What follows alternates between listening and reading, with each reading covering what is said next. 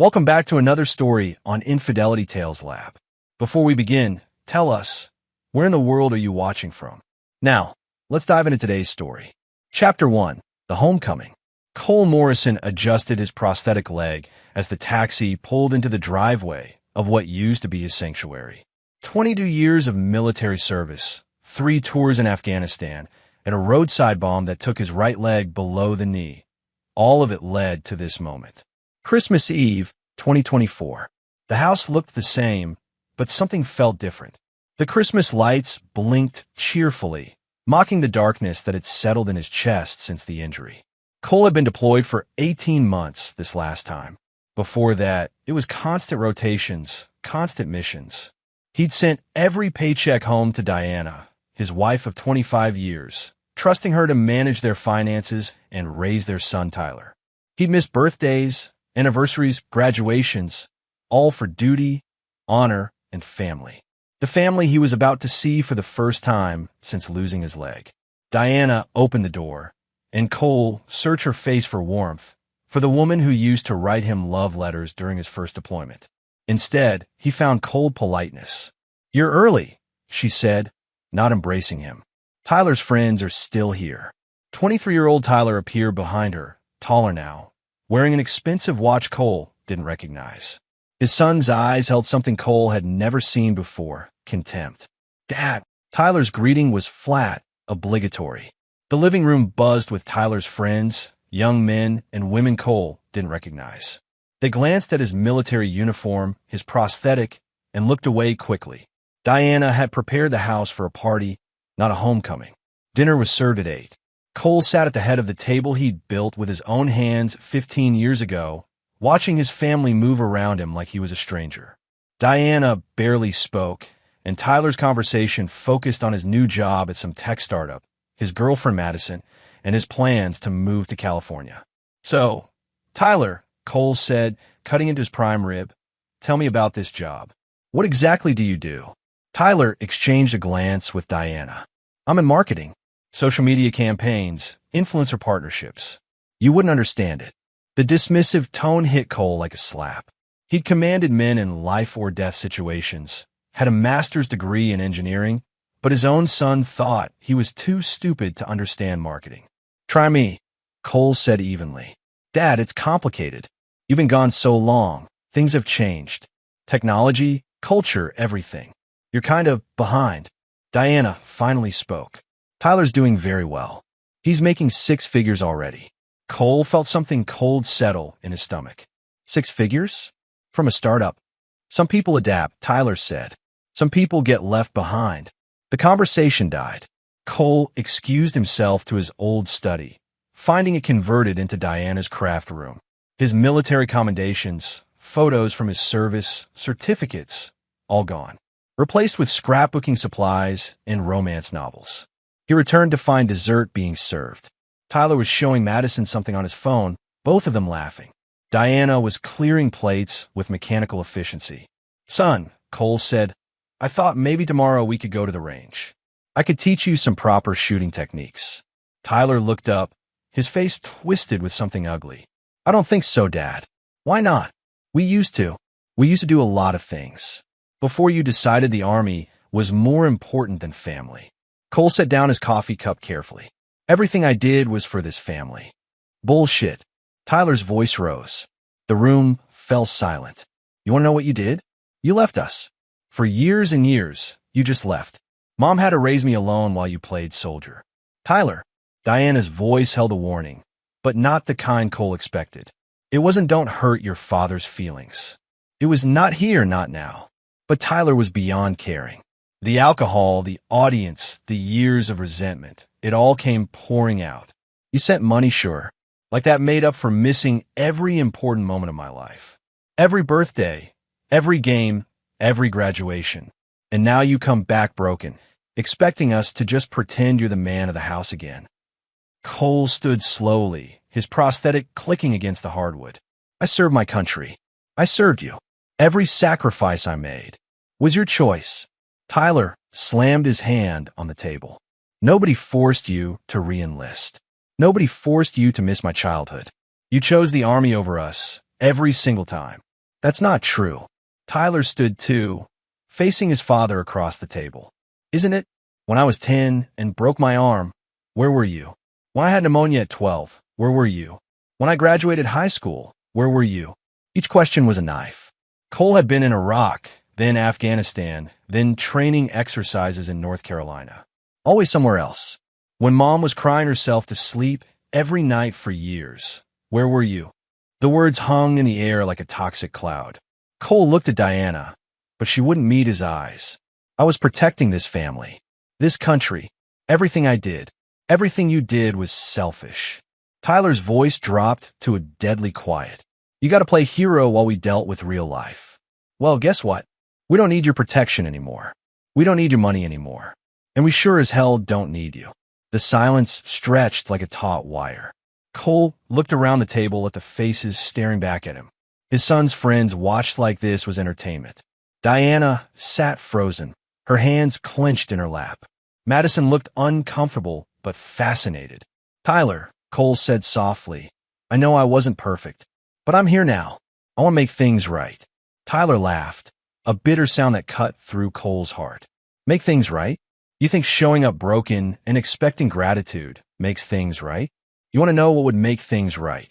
He leaned forward, his eyes blazing with years of accumulated rage. You're a burden. Get out of our house. The words hit Cole like physical blows. He looked at his wife, the woman he'd loved for over 2 decades, waiting for her to defend him, to tell Tyler he'd gone too far. Diana looked at her hands and said nothing. This is my house, Cole said quietly. I built it. I paid for it. With what? Army paychecks. Tyler sneered. Mom's been handling the finances while you were gone. Things change. People move on. Cole's training kicked in, the cold assessment of a tactical situation. Something was very wrong here. Tyler's confidence, Diana's silence, the expensive watch, the casual mention of 6-figure salaries from a startup. Get out, Tyler repeated. Go find some VFW hall to cry in. We're done pretending to be your family. Cole looked one more time at Diana. She still wouldn't meet his eyes. Without another word, Cole walked to the closet, retrieved his old duffel bag, and packed his few belongings. 25 years of marriage, a lifetime of service, and it all fit in one bag. As he reached the door, Diana finally spoke. Cole. He turned, hoping for something, anything that resembled the woman he'd married. Your disability checks, she said quietly. I'll have them forwarded wherever you end up. Cole nodded once and walked out into the December night. Chapter 2. The Neighbor's Farm. The Greyhound bus wheezed to a stop at the intersection of County Road 47 and Old Mill Road at 3 a.m.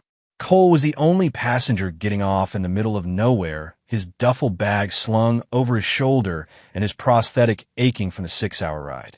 The bus driver looked at him with pity as he hobbled down the steps. You sure about this, soldier? Ain't nothing out here but farmland and coyotes. Cole nodded and watched the bus disappear into the darkness, leaving him alone under a canopy of stars he'd almost forgotten existed. The December air bit through his jacket, but the cold felt clean after the suffocating atmosphere of his former home. Frank Whitmore's farm was 3 miles down Old Mill Road. Cole had met Frank during his first leave after basic training 26 years ago. Frank was a Vietnam vet who'd taken one look at the young soldier and offered him a job during his leave periods. Cole had spent countless hours on this farm, learning about life from a man who understood the weight of service. The walk gave Cole time to think. Tyler's words echoed in his head, but underneath the pain was something else, questions. How was Tyler making 6 figures at 23? When had Diana become so cold? Why had his son's resentment felt so prepared, like a speech he'd been rehearsing? Frank's farmhouse sat at the end of a gravel driveway, a warm yellow glow emanating from the kitchen window. Cole had called from the bus station, and Frank had simply said, "Come home, son." Before Cole could knock, the door opened. Frank Whitmore stood there, 68 years old and still broad-shouldered, his weathered face creasing into a sad smile. Jesus, Cole, look at you. Frank's embrace was everything Diana's should have been, warm, welcoming, real.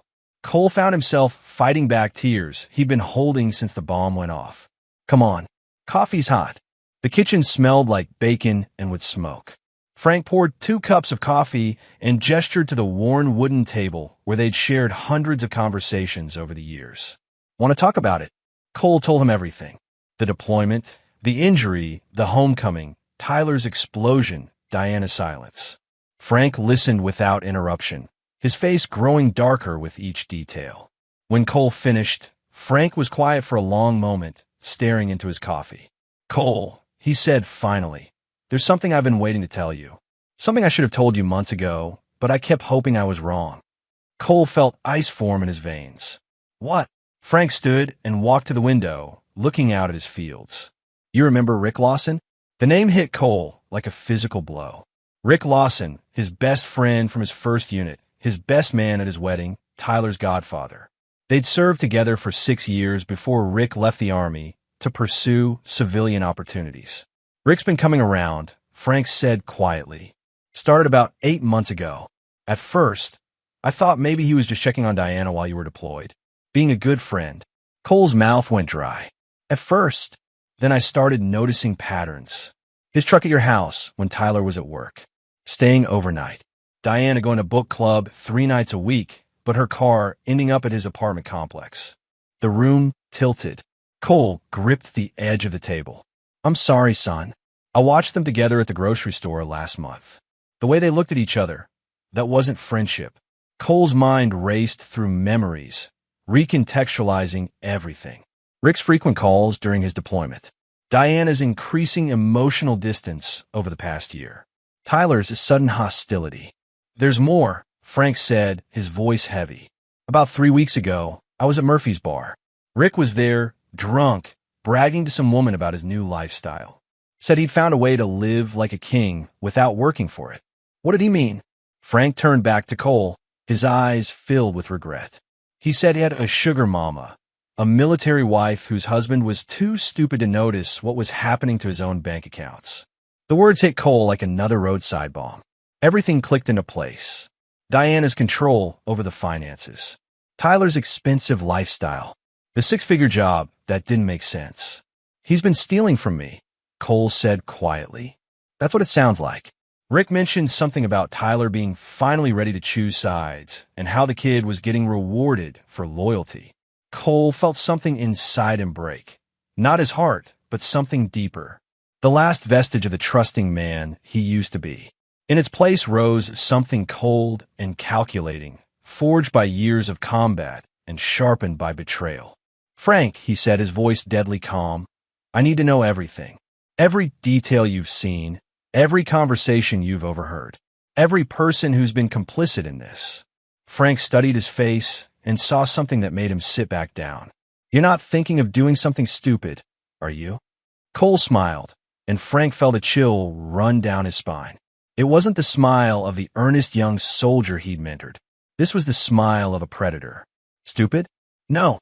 I'm thinking of doing something very, very smart." Chapter 3. The Architecture of Revenge. Cole spent the next 3 days at Frank's farm, but he wasn't recuperating. He was planning. Frank's old study became a war room, complete with a whiteboard covered in names, dates, and connections. Cole's military training in intelligence gathering and operational planning finally had a personal application. Frank had been more observant than Cole initially realized. The old farmer had kept detailed mental notes of Rick's visits, Diana's schedule changes, and even Tyler's sudden lifestyle improvements. More importantly, Frank had photos. "Started taking these about 2 months ago," Frank explained, showing Cole pictures on his phone. "Figured you'd want proof if it came to that." The photos were devastating. Rick's truck in Cole's driveway at odd hours. Diana and Rick holding hands at a restaurant in the next town over. Tyler and Rick shaking hands outside a BMW dealership. Rick apparently co-signing for Tyler's new car. But the most damning photo was from just last week. Diana, Rick, and Tyler at what appeared to be a Christmas shopping trip, all 3 of them laughing together like a family. "They replaced me," Cole said quietly, studying the image. "While I was fighting for my country, they replaced me." Frank poured himself a whiskey. "What are you going to do?" Cole had been asking himself the same question. His first instinct was violence. 22 years of military training had given him numerous ways to eliminate threats. But Rick, Diana, and Tyler weren't enemy combatants. They were something worse. They were traitors who needed to understand the consequences of betrayal. "I'm going to destroy them," Cole said simply. But not quickly. They spent years planning this betrayal, executing it piece by piece. They deserve the same consideration. Cole opened his laptop. An old military-issued device Frank had helped him recover from storage, and began his reconnaissance.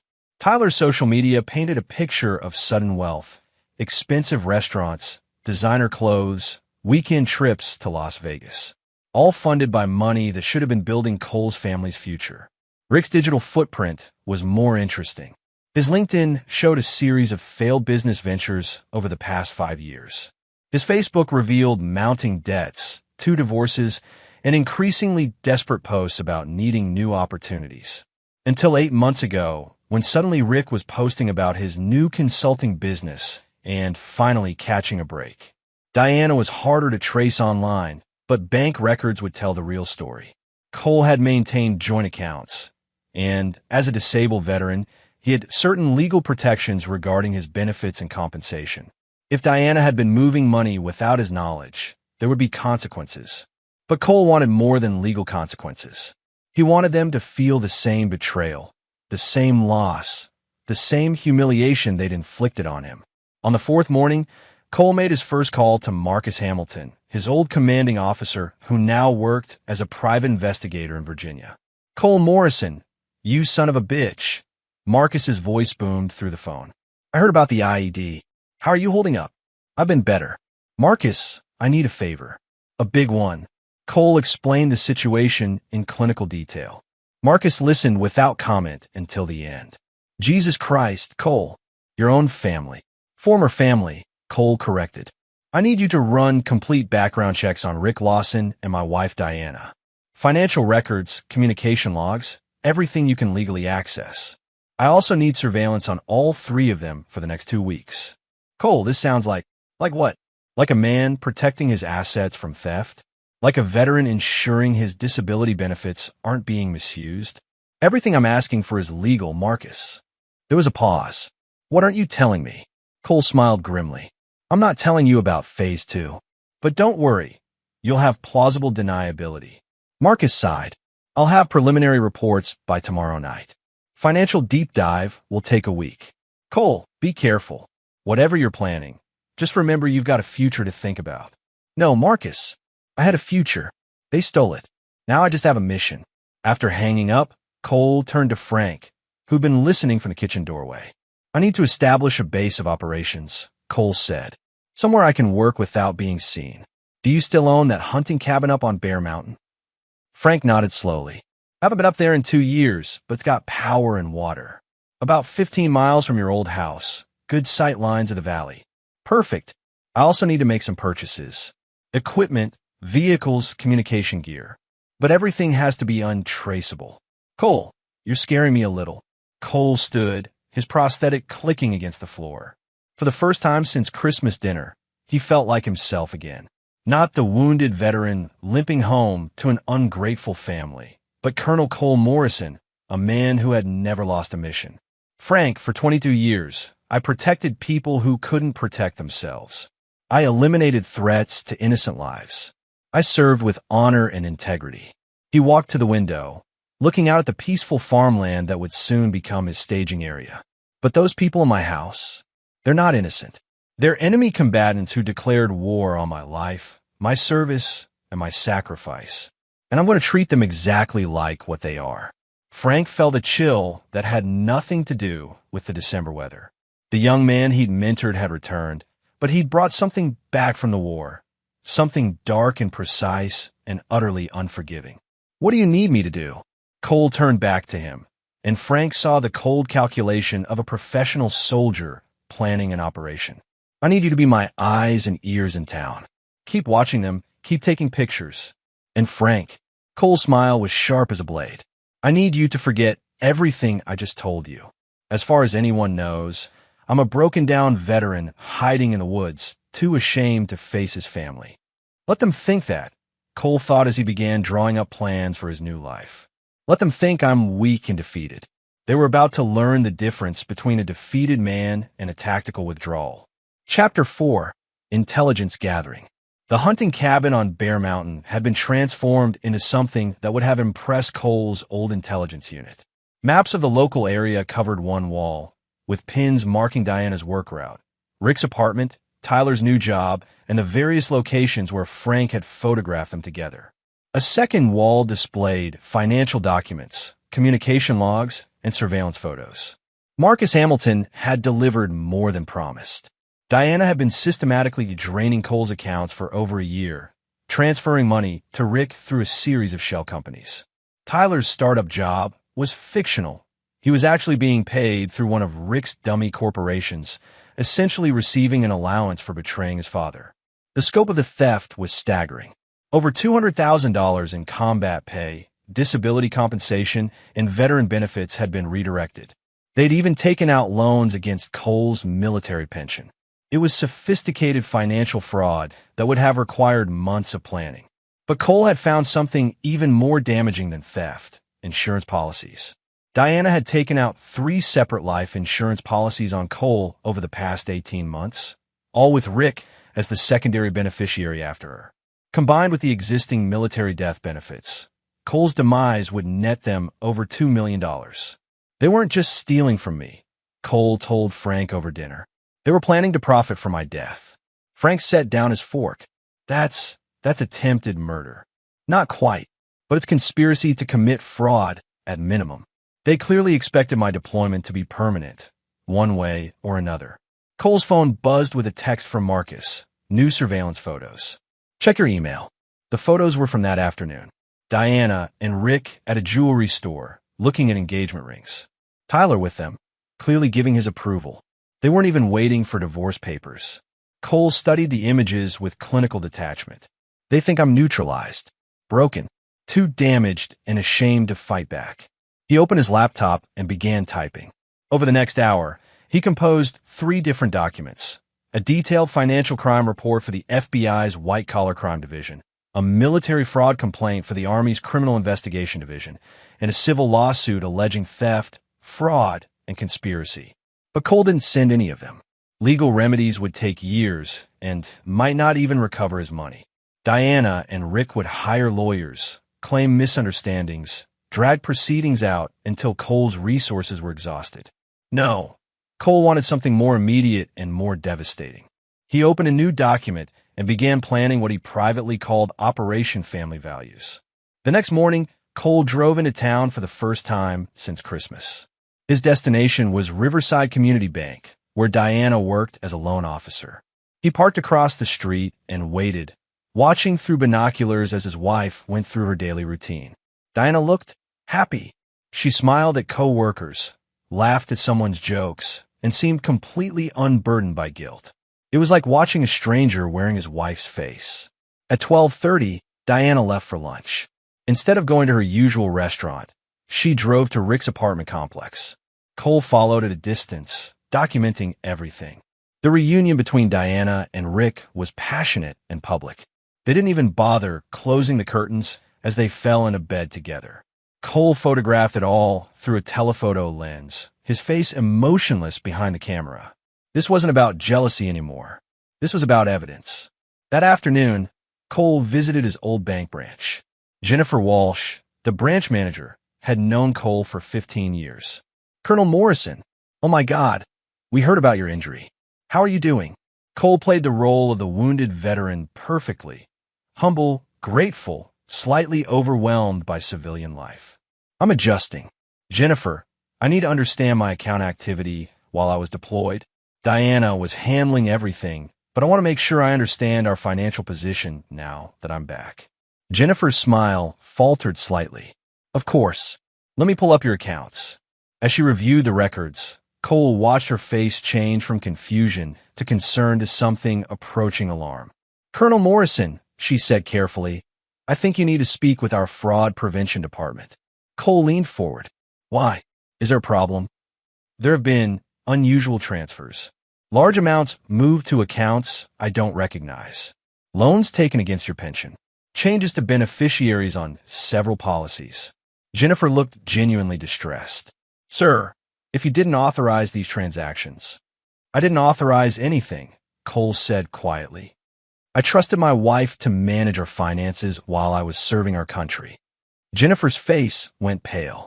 Oh God. Colonel Morrison, I'm so sorry. We should have flagged some of these transactions for review.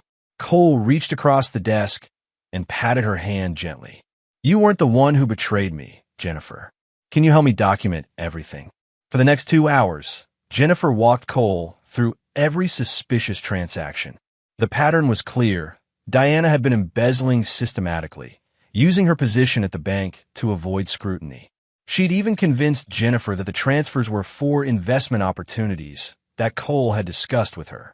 She said you were planning to start a consulting business when you returned, Jennifer explained. She showed me what looked like your signature on authorization forms. Cole examined the forged signatures. They were good. Diana had been practicing. As they wrapped up, Jennifer asked the question Cole had been waiting for. What are you going to do? Cole looked out the window at the town where he'd planned to spend his retirement, the place where his wife was sleeping with his best friend while his son celebrated his father's absence. I'm going to remind them that they messed with the wrong soldier. That evening, back at the cabin, Cole spread out his growing collection of evidence. Financial fraud, adultery, conspiracy, identity theft. He had enough to destroy all 3 of them legally. But Cole had spent too many years in tactical operations to be satisfied with legal destruction. He wanted psychological warfare. He wanted them to understand what it felt like to have everything they valued ripped away piece by piece.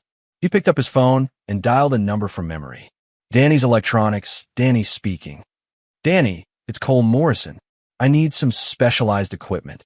Danny Pierce had served under Cole in Afghanistan and now ran a security consulting business that served clients who valued discretion. Colonel, heard you were stateside.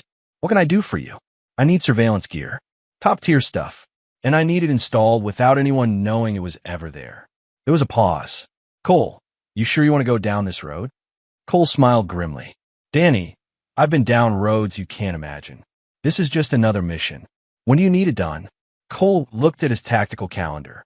Diana worked late on Thursdays. Tyler had a standing date with Madison on Friday nights. Rick played poker with his buddies every Saturday.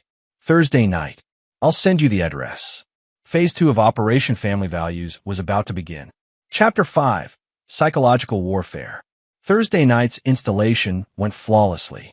Danny Pierce and his team entered Cole's former home while Diana was at her late inventory meeting, actually dinner and sex with Rick, and Tyler was supposedly studying at the library, actually drinking with friends at a bar downtown. In 90 minutes, they installed 14 micro cameras, 8 audio recording devices, and a complete digital monitoring system. Everything streams to this mobile unit, Danny explained, handing Cole a military-grade tablet.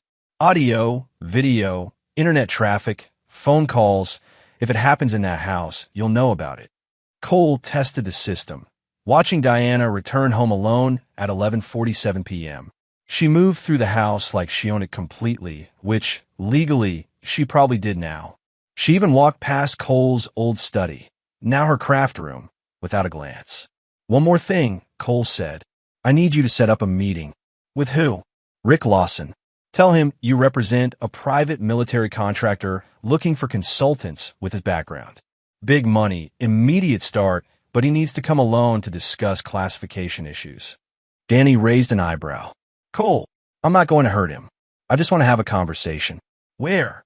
Cole smiled. The Warehouse District, Building 47, Saturday at 8 p.m. Building 47 was a defunct manufacturing facility that Cole had scouted earlier. Isolated, soundproof, with multiple exit routes. Perfect for the kind of conversation he had in mind. Friday and Saturday brought a wealth of intelligence through the surveillance system. Cole watched his family's routine with the detached interest of a predator studying prey. Tyler spent Friday night with Madison, but not studying. They were planning their move to California, funded by Tyler's inheritance, money Tyler believed would come from forcing Cole out of the family. Madison was pregnant, a detail Tyler hadn't shared with anyone else yet. Diana's Saturday was more revealing. She spent the morning on the phone with a divorce attorney, discussing the fastest way to dissolve her marriage to a mentally unstable veteran who had threatened the family. She was building a narrative that would paint Cole as dangerous and unfit, justifying her theft as protection for Tyler. The surveillance also revealed something else. Rick wasn't just stealing money. He was documenting everything, taking photos of financial records, recording conversations with Diana about Cole's erratic behavior and violent tendencies. Rick was building an insurance policy against Cole's return, evidence that could be used to have Cole committed or arrested if he became a problem. By Saturday evening, Cole had everything he needed for Phase 3. But first, he had a meeting to attend. Building 47 sat in darkness as Cole arrived 30 minutes early. He'd spent the afternoon preparing, floodlights positioned for optimal psychological impact, recording equipment to capture every word, and a few props that would help make his point. Rick arrived precisely at 8 p.m., driving his new BMW, the one purchased with Cole's combat pay. He entered the building cautiously, calling out for Mr. Peterson, the fictional contractor Danny had impersonated. "Mr. Peterson? It's Rick Lawson. You said Building 47. Cole triggered the floodlights, illuminating the center of the warehouse. Rick spun around, temporarily blinded. "Hello, Rick." Cole's voice echoed off the concrete walls as he stepped into the light. Rick's face went through a rapid series of expressions: confusion, recognition, fear, and finally a desperate attempt at normalcy. "Cole, Jesus, you scared me. What are you doing here? I thought I was meeting some contractor about a consulting job." "You are," Cole said quietly. "I'm consulting on a very specific problem." Rick's hand moved toward his pocket, probably reaching for his phone. Cole's voice stopped him. "I wouldn't. You'll want both hands free for this conversation." Cole began walking in a slow circle around Rick, staying just outside the light. 26 years we've known each other, Rick. Best man at my wedding. Godfather to my son. I trusted you with my life in Afghanistan. Cole, listen. I trusted you with my family while I was deployed. Asked you to check on Diana and Tyler. Make sure they were okay. Cole's voice remained conversational, almost friendly. You did check on Diana, didn't you? Rick's face was pale under the harsh lights. Cole, I can explain. Oh, I'm sure you can. You're probably going to tell me it just happened. That you and Diana fell in love. That these things sometimes occur. That you never meant to hurt me. Cole stopped directly in front of Rick. But that would be a lie, wouldn't it? He pulled out a tablet and showed Rick the financial records. This took planning. Months of it. You didn't just steal my wife, Rick. You stole my life. Rick tried to straighten, to project confidence. Diana was lonely, Cole. You were never there. She needed someone who... Cole's fist connected with Rick's solar plexus, dropping him to his knees. It was a precise strike, calculated to disable without causing permanent damage. Wrong answer, Cole said calmly. Let me tell you what really happened. You've been struggling financially for years. 2 divorces, failed businesses, mounting debts. You saw an opportunity when I deployed, a woman with access to a military salary and a son who resented his father's absence. Rick gasped for air, unable to respond. You seduced my wife systematically, made her feel special, appreciated, loved. Then you convinced her that I didn't deserve her loyalty. You turned my son against me by playing the fun uncle while painting me as the absent father. And finally, you stole my money by making Diana your accomplice. Cole crouched down to Rick's level. But here's what you didn't plan for. I came home, and I'm not the same man who left. Rick found his voice. You can't prove anything. Cole smiled and showed him another tablet, this one displaying real-time footage from the surveillance system in Cole's house. Can't I? Right now, I'm watching Diana pack clothes for what she thinks will be a romantic weekend with you. I've recorded every phone call, every financial transaction, every moment of your pathetic little affair. Rick's face went white. That's illegal. Is it? It's my house, my accounts, my wife. Funny thing about surveillance laws, they don't protect criminals very well. Cole stood and began pacing again. Here's what's going to happen, Rick. You're going to end this relationship with my wife. You're going to disappear from my son's life. And you're going to make restitution for every penny you stole. And if I don't, Cole gestured to the walls around them.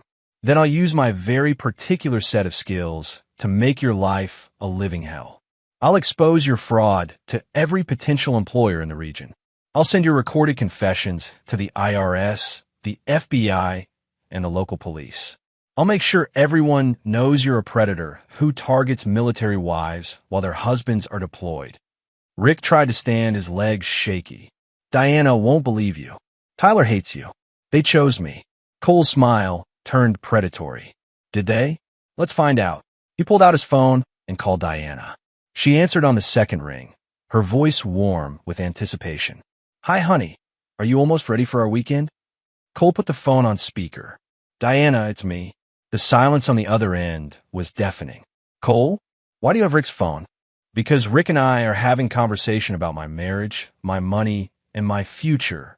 Would you like to join us? Cole could hear Diana's panicked breathing through the phone. Diana, Rick called out, finding his voice. Don't come here. Just hang up. But Cole was already talking. Diana, ask Rick about the life insurance policies. Ask him about the forged signatures. Ask him about the plans he's been making for after my accident. The phone clicked off. Cole smiled at Rick. I think she'll be here soon. She needs to understand what kind of man she's been sleeping with. Rick's composure finally cracked. You're insane. You can't just. Can't what? Defend my family? Protect my assets? Stop criminals from stealing from a disabled veteran? Cole's voice hardened. You chose to make me your enemy, Rick. Now you got to find out what that means. In the distance, they could hear a car approaching fast. Chapter 6. The Reckoning begins. Diana's BMW screeched into the warehouse parking lot 23 minutes later. Cole had spent the time methodically explaining to Rick exactly how much evidence he possessed and precisely what criminal charges his former friend was facing. Rick sat on the concrete floor, his arrogance replaced by growing terror as he understood the scope of Cole's preparation. Diana burst through the warehouse door like a woman possessed, her face flushed with panic and rage. What the hell is this, Cole? Some kind of kidnapping. Cole remained in the shadows beyond the floodlights. Hello, Diana. Thank you for joining us. I thought it was time we all had an honest conversation about our marriage. Diana helped Rick to his feet, positioning herself between the two men. Rick, are you hurt? Did he threaten you? Threaten him? Cole laughed, a sound devoid of warmth. Diana, I've been watching you two for weeks. I know about the money, the fraud, the forged signatures. I know about the life insurance policies. I know everything. Diana's face cycled through denial, defiance, and fear before settling on a desperate attempt at manipulation. Cole, you're sick. This deployment, your injury, it's changed you. You need help. Do I? Let's see. Cole stepped into the light, holding a thick folder. July 15th, you transferred $15,000 from my combat pay account to Rick's consulting company. August 3rd, you forged my signature on a loan against my pension. September 12th, you took out a $500,000 life insurance policy with Rick as secondary beneficiary. With each date, Diana's face grew paler. October 1st, you met with a divorce attorney to discuss having me declared mentally incompetent. October 15th, you and Rick went ring shopping. November 2nd, you convinced Tyler to participate in your scheme by promising him a trust fund. Cole opened the folder and began spreading photographs across a nearby table. Should I continue? Because I have documentation for every theft, every lie, every moment of your betrayal. Rick found his voice. Diana, we need to leave. Now. But Diana was staring at the photographs. Pictures of her and Rick together, bank records, forged documents, surveillance footage from their most intimate moments. How long? She whispered. How long what? How long have I known? About a week. How long have I been planning my response? Since the moment you chose to remain silent while my son called me a burden and threw me out of my own house. Diana's mask finally slipped, revealing the cold calculation underneath. That house isn't yours anymore, Cole. I've been maintaining it, improving it, while you played soldier. You abandoned us. I serve my country. You serve yourself. Diana's voice rose to a shriek. You chose the army over us every time. You missed Tyler's childhood, our marriage, everything that mattered. We deserved better. Cole stepped closer, his voice dropping to a whisper. You deserved better than a man who sacrificed his body for his family's security? Better than someone who sent every paycheck home? Better than a husband who trusted you completely? We deserve someone who is actually here. The words hung in the air like a toxic cloud. Cole nodded slowly. You're right. You did deserve someone who was here. But instead of asking for what you needed, you chose theft and betrayal. Instead of honest conversation, you chose fraud and conspiracy. Instead of divorce, you chose to systematically destroy me. Rick stepped forward, trying to regain control. Cole, this doesn't have to get ugly. We can work something out. Divide the assets fairly. Set up support payments. Cole's laugh cut him off. Support payments? Rick, you just admitted to financial fraud in front of witnesses. Diana just confessed to forgery and conspiracy. You think you're in a position to negotiate. Diana's desperation turned to rage. You can't prove anything that will stick in court. It's our word against yours, and you're a damaged veteran with PTSD who just assaulted Rick and dragged me to an abandoned warehouse. Cole smiled and held up his phone. Actually, you've both been confessing on camera for the past 30 minutes. This entire conversation is being recorded and live-streamed to my attorney, my bank, and the FBI's Financial Crimes Division. The color drained from both their faces. You see, unlike you two, I plan my operations carefully. Marcus Hamilton, you remember Marcus, Diana, he was at our wedding? He's a federal investigator now. He's been watching this stream with a team of prosecutors. Every word you've said tonight is admissible evidence. Rick grabbed Diana's arm. We're leaving. Right now. But Cole had moved to block the exit. No, you're not. We're not finished. Diana pulled out her phone. I'm calling the police. Please do. Ask for Detective Rivera. She's expecting your call. Diana hesitated, something in Cole's tone stopping her. You see, while you were planning your romantic weekend, I was filing criminal complaints. Fraud, theft, conspiracy, identity theft, and conspiracy to commit insurance fraud. Rivera's been reviewing the evidence all day. Cole's smile turned predatory. But I'm not just interested in criminal justice. I want you to understand what it feels like to lose everything that matters to you. He pulled out another phone and showed them a real-time video feed. Tyler was at his apartment with Madison, both of them packing for their planned move to California. Tyler doesn't know about tonight yet. He still thinks you're getting away with this. He's telling Madison about the inheritance he's going to receive when you divorce his pathetic father. Diana lunged forward, trying to grab the phone. You stay away from my son. Cole easily avoided her. Your son? Diana, Tyler hasn't been your son for months. He's been Rick's recruit, Rick's accomplice. You turned my child into a criminal. The weight of her actions seemed to hit Diana all at once. She sank to her knees, sobbing. I never meant for it to go this far. I was so lonely, Cole. You were never here, and Rick made me feel alive again. Cole knelt beside his wife of 25 years, his voice surprisingly gentle. I know you were lonely. I know I made mistakes. But Diana, you could have talked to me. You could have asked for what you needed. Instead, you chose to destroy everything we built together. I'm sorry, she whispered. I'm so sorry. For a moment, Cole felt a flicker of the love he'd once had for this woman. Then he remembered Tyler's words at Christmas dinner, and the flicker died. I know you are, but sorry doesn't undo the betrayal. Sorry doesn't give me back the years I lost with my son. Sorry doesn't return the money you stole or repair the trust you shattered. Cole stood and looked down at his broken wife and her pathetic lover. You wanted me gone, so I left. You wanted to replace me, so you tried. You wanted my money, so you took it. But what you didn't want was for me to fight back. He walked toward the exit, his footsteps echoing in the empty warehouse. Tomorrow morning, you'll both be arrested. Your assets will be frozen pending investigation. Tyler will learn that his trust fund was purchased with stolen money, making him an accessory to federal crimes. Cole paused at the door and turned back one final time. You thought you were playing with a broken soldier. You were wrong. You were playing with someone who spent 22 years learning how to eliminate enemies. Cole, please, Diana called out. We can fix this. We can go to counseling, work things out, be a family again. Cole's expression didn't change. Diana, you stopped being my family the moment you chose him over me. And I don't forgive traitors. He walked into the night, leaving them alone with the consequences of their choices and the growing sound of approaching sirens. Chapter 7. The Dominoes Fall. The arrest began at dawn. Cole watched from his cabin as FBI vehicles surrounded his former home, where Diana and Rick had returned after their warehouse confrontation. Through his surveillance system, he could see Diana frantically trying to destroy evidence while Rick attempted to contact his lawyer. By 6:47 a.m., both were in federal custody.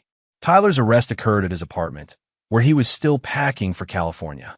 Cole watched through the apartment complex's security cameras as his son was led away in handcuffs, his pregnant girlfriend Madison screaming questions that no one answered. The local news picked up the story by noon. Military wife and lover charged in elaborate fraud scheme against disabled veteran. Cole's phone rang constantly with reporters wanting his story, but he declined all interviews.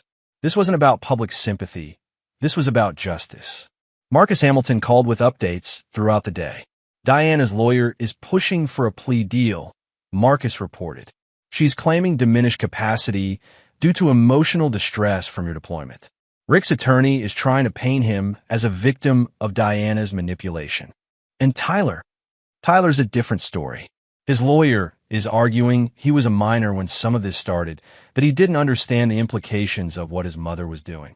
Cole felt nothing at the mention of his son's legal troubles. Tyler had made his choice at Christmas dinner. What about restitution? Full restitution is unlikely through criminal proceedings, but the civil suits will be devastating. Between the three of them, they're looking at losing everything they have plus significant additional judgments. Cole hung up and returned to his planning. The legal system would handle the criminal aspects, but Cole wasn't finished with them personally. That evening, Cole drove to the county jail where Diana was being held pending bond hearing. He'd called ahead, requesting a visit as her husband. The guards, recognizing his military service and knowing the basics of his case, were more accommodating than usual. Diana looked haggard in her orange jumpsuit, her carefully maintained appearance destroyed by 12 hours in custody. She sat across from Cole at the metal table, separated by reinforced glass, speaking through the monitored phone system. "Thank you for coming," she said quietly. "I wasn't sure you would. I wanted to see you one last time before the divorce proceedings begin." Diana's face crumpled. "Cole, please. I know I made terrible mistakes, but we can work through this. We've been together for 25 years. "We were together for 24 years, Cole corrected. "You ended our marriage when you decided to steal from me and replace me with Rick. I never wanted to replace you. I needed someone who was there." Cole studied his wife's face, seeing for the first time how much she'd changed. The woman he'd married had been strong, independent, capable of handling his deployments with grace. This woman was weak, manipulative, willing to destroy everything rather than admit her needs. "Diana, if you had told me you were lonely, I would have taken early retirement. If you had said you needed more support, I would have found a way to provide it. If you had asked for help, I would have moved heaven and earth to give it to you." Tears streamed down Diana's face. I know that now. But it felt like you loved the Army more than us." "I served the Army. I loved you. There's a difference." Cole leaned forward, his voice hard. "But instead of communication, you chose betrayal.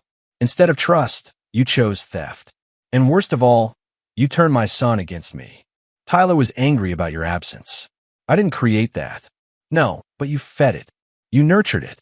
You weaponized it against me." Cole's eyes were cold as winter steel. A good mother would have helped Tyler understand sacrifice and service. "You taught him that betrayal is acceptable if you feel justified." Diana sobbed into her hands.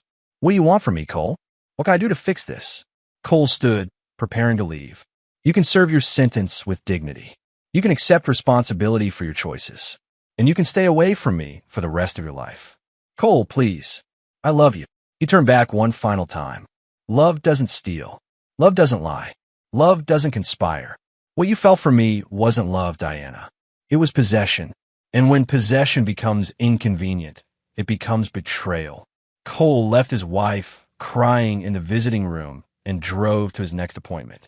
The county prosecutor's office was busy with evening shift changes, but District Attorney Patricia Kemp had agreed to meet with Cole personally.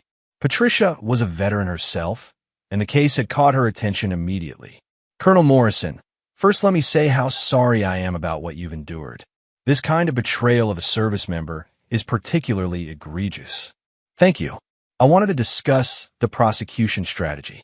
Patricia opened a thick file. We're pursuing maximum sentences for all 3 defendants. The financial fraud alone carries up to 20 years federal time. Add in the conspiracy charges, identity theft, and attempted insurance fraud, and we're looking at life-changing consequences. What about Tyler? Patricia's expression darkened. Your son is 23 years old. He knew exactly what he was doing when he participated in this scheme. The fact that it was against his own father makes it worse, not better.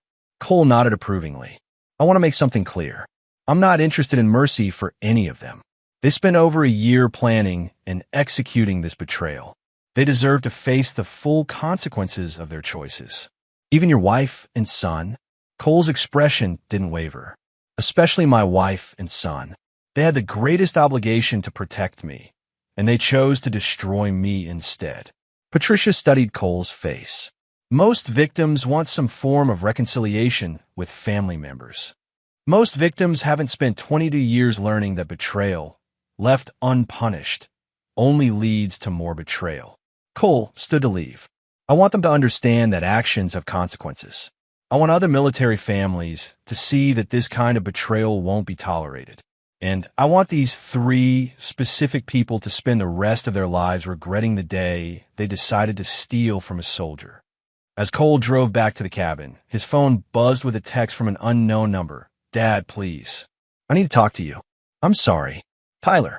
Cole read the message twice, then deleted it without responding. Tyler had called him a burden and told him to get out of their house. Now Tyler was facing federal prison and wanted his father's forgiveness. But Cole Morrison didn't forgive traitors. He eliminated them. Chapter 8. No Mercy. 3 weeks later, Cole sat in the federal courthouse as Diana, Rick, and Tyler entered their guilty pleas. The evidence against them had been so overwhelming that their attorneys had advised against going to trial. Diana received 7 years for financial fraud and conspiracy. Rick got 12 years for orchestrating the scheme and his prior criminal history. Tyler, despite his lawyer's arguments about his age, received 5 years as an adult co-conspirator. Cole felt nothing as he watched his former family led away in shackles. No satisfaction, no regret, no vindication, just the cold completion of a successful mission. Madison, Tyler's pregnant girlfriend, approached Cole outside the courthouse. She was crying, her hands protectively covering her belly. Mr. Morrison, please. Tyler made mistakes, but he's going to be a father. Can't you find it in your heart to forgive him? Cole looked at this young woman who was about to raise his grandchild alone and felt the first flicker of emotion he'd experienced in weeks. But it wasn't sympathy. Tyler chose to betray me for money. He called me a burden and threw me out of my own home. He participated in stealing from a disabled veteran who gave everything for his country. Cole's voice was calm but implacable. Actions have consequences. Tyler is learning that lesson now. But the baby is innocent. Tyler isn't. If you need support, apply for government assistance. If you need help, contact veterans organizations. But don't expect mercy from the man your boyfriend helped destroy. Cole walked away, leaving Madison sobbing on the courthouse steps. That evening, Cole received an unexpected visitor at Frank's farm. Detective Rivera stood at the front door, her face serious. Colonel Morrison, we need to talk. Frank let her in, and they sat around the kitchen table with coffee. Rivera opened a file folder. We've been investigating some irregularities in your case, she began. The surveillance equipment in your former home, the warehouse meeting, the financial investigations, everything was perfectly legal, but remarkably sophisticated for a civilian operation. Cole waited for her to continue. Marcus Hamilton's background checks were more thorough than most federal investigations. Danny Pierce's surveillance installation was flawless. And your financial forensics were better than what our white-collar crime unit usually produces. Rivera leaned forward. Colonel, did you have help with this operation? Federal help. Cole sipped his coffee calmly. Detective, I spent 22 years in military intelligence. I have friends in various government agencies who were outraged that criminals were targeting a disabled veteran.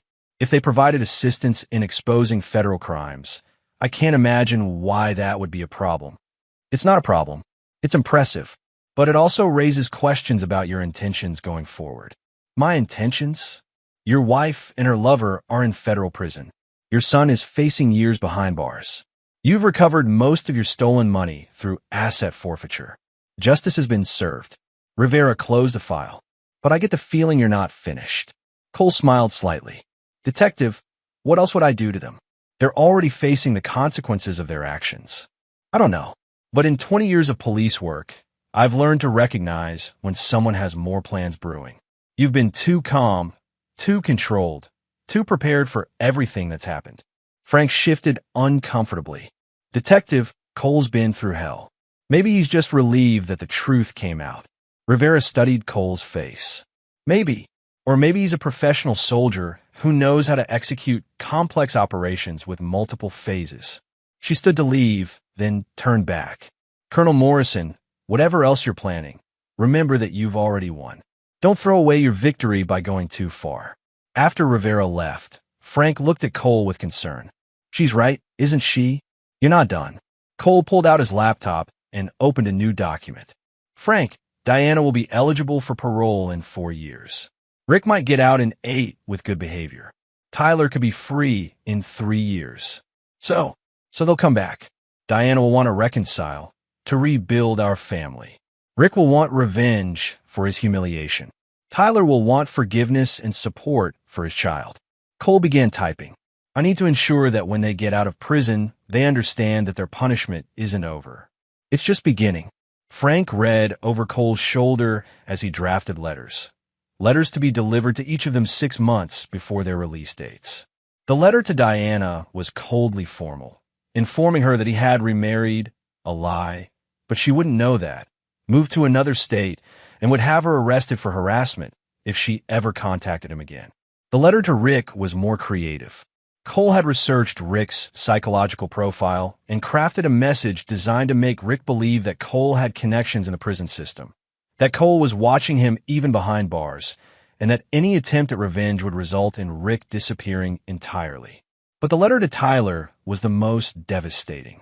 Cole had researched child custody law and drafted a document explaining how Tyler's federal conviction would prevent him from gaining custody of his child, how his criminal record would follow him for life, and how his father, the man he'd betrayed, had moved on to start a new family with people who appreciated loyalty and sacrifice.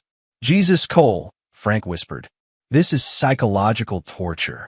This is ensuring they never forget the consequences of betrayal. Cole corrected.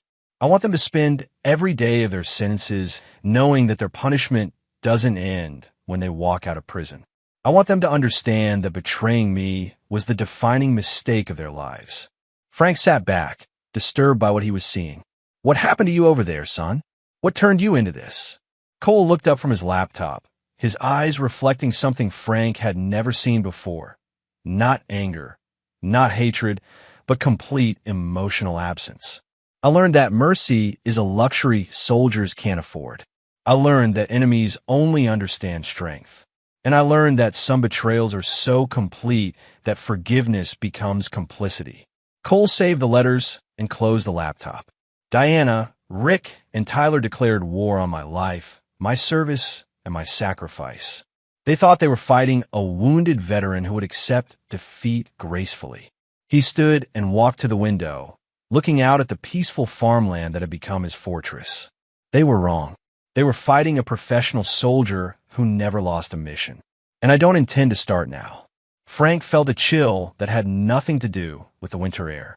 The young man he'd mentored decades ago was gone, replaced by something colder and more calculating than Frank had ever imagined possible. Cole Morrison had won his war against the people who betrayed him.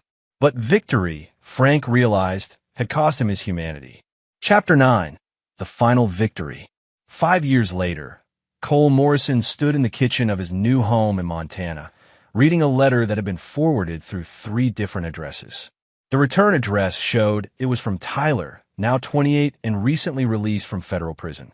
Dad, I know you probably don't want to hear from me, but I had to try. I've spent 5 years thinking about what I did, about what we did to you. You were right about everything.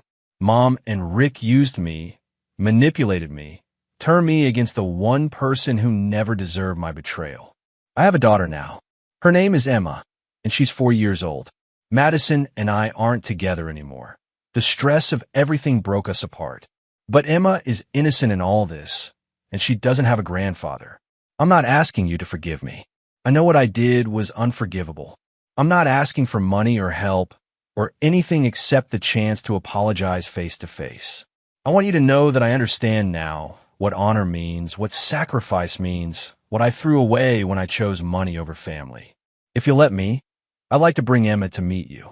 Not because I deserve anything, but because she deserves to know that she comes from a line of heroes, even if her father failed to live up to that legacy.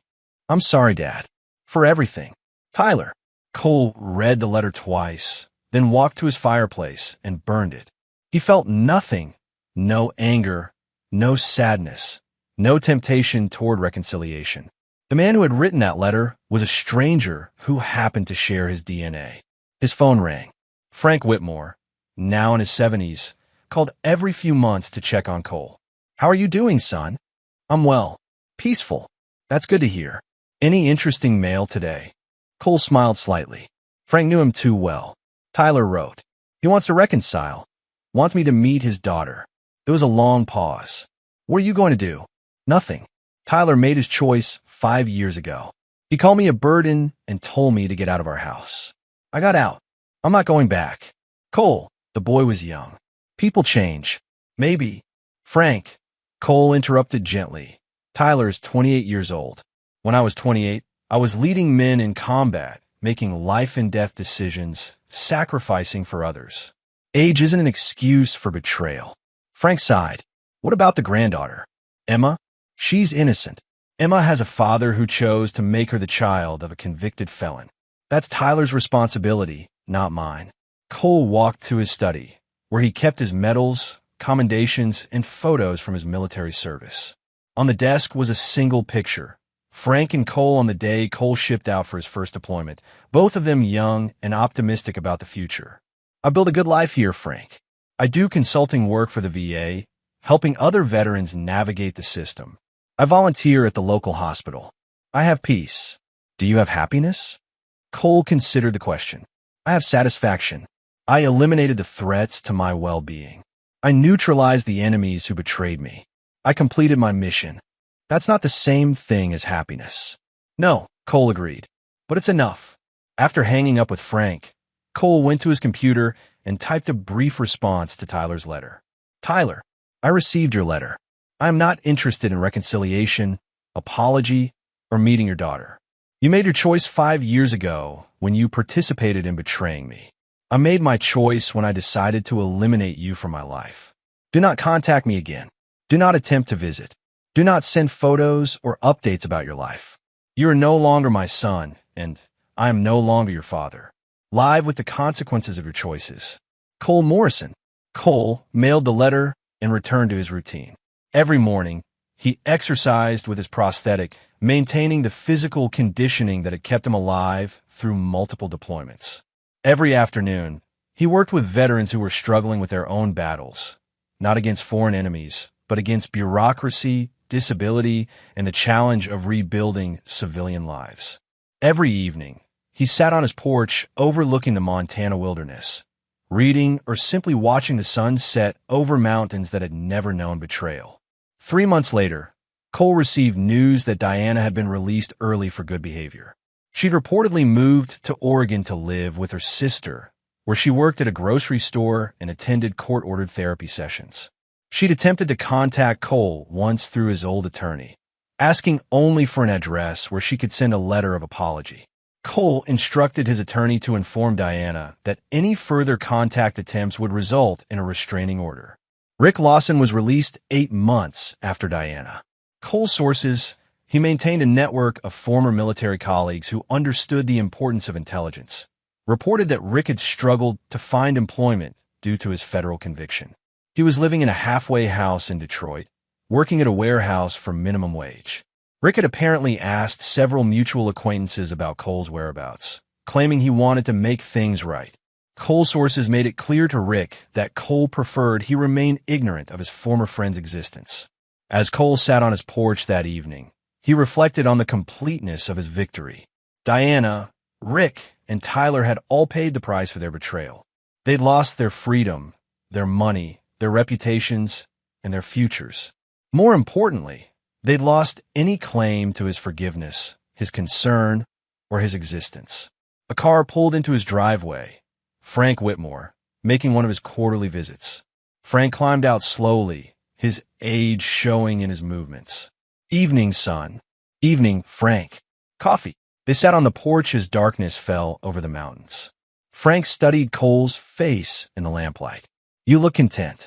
"I am." "Any regrets?" Cole considered the question seriously. "I regret trusting people who proved unworthy of trust. I regret believing that family bonds were stronger than greed and selfishness. I regret sacrificing for people who saw my sacrifice as weakness." "What about Tyler's little girl? Any regrets about never meeting her?" Cole's expression didn't change. "Emma isn't my granddaughter. She's the daughter of a convicted felon who betrayed his father for money. Tyler chose her future when he chose to become a criminal." Frank nodded slowly. "You've become a hard man, Cole. I've become a wise man. Hard is what happens when you let people hurt you repeatedly. Wise is what happens when you learn from the experience and ensure it never happens again." They sat in comfortable silence as the stars emerged. Finally, Frank spoke again. "Do you ever think about what you could have been if none of this had happened?" Cole smiled slightly. "I think about what I am because it did happen. I'm a man who understands the true value of loyalty. I'm a veteran who helps other veterans without expecting gratitude or recognition. I'm a person who lives according to his principles without compromise. You're also a man alone. I'm a man at peace." Frank finished his coffee and stood to leave. "I worry about you sometimes, Cole. Isolation can be its own kind of prison." Cole walked his old friend to the car. "Frank, for 25 years I lived surrounded by people who claimed to love me while planning to betray me. For 5 years, I've lived alone with people who actually respect me. I know which one feels like freedom." As Frank drove away, Cole returned to his porch. In the distance, he could hear the sounds of the wilderness, owls calling, wind through the trees, the peaceful symphony of a world where betrayal was simply part of the natural order rather than a personal violation. Cole Morrison had completed his final mission. He'd eliminated the enemies who declared war on his life, and he'd built a new existence free from their poison. He'd chosen justice over mercy, wisdom over sentiment, and peace over the false comfort of family ties. The boy who'd left for basic training decades ago, believing in loyalty and sacrifice, had returned as a man who understood that some betrayals are so complete they require complete separation. Cole Morrison was alone, but he was victorious. And for a soldier who'd never lost a mission, victory was enough. In the distance, a coyote howled, a wild, lonely sound that carried across the mountains like a battle cry. Cole smiled and raised his coffee cup in salute. To all the enemies defeated, all the missions completed, and all the traitors left behind in the ruins of their own making. The war was over. Cole had won. And there you have it. Another story comes to an end. What did you think? I'd love to hear your thoughts in the comments below. If you enjoy this story, consider joining our community by subscribing. It means the world to us. For more stories like this one, check out the recommended videos on screen. And I'll see you there.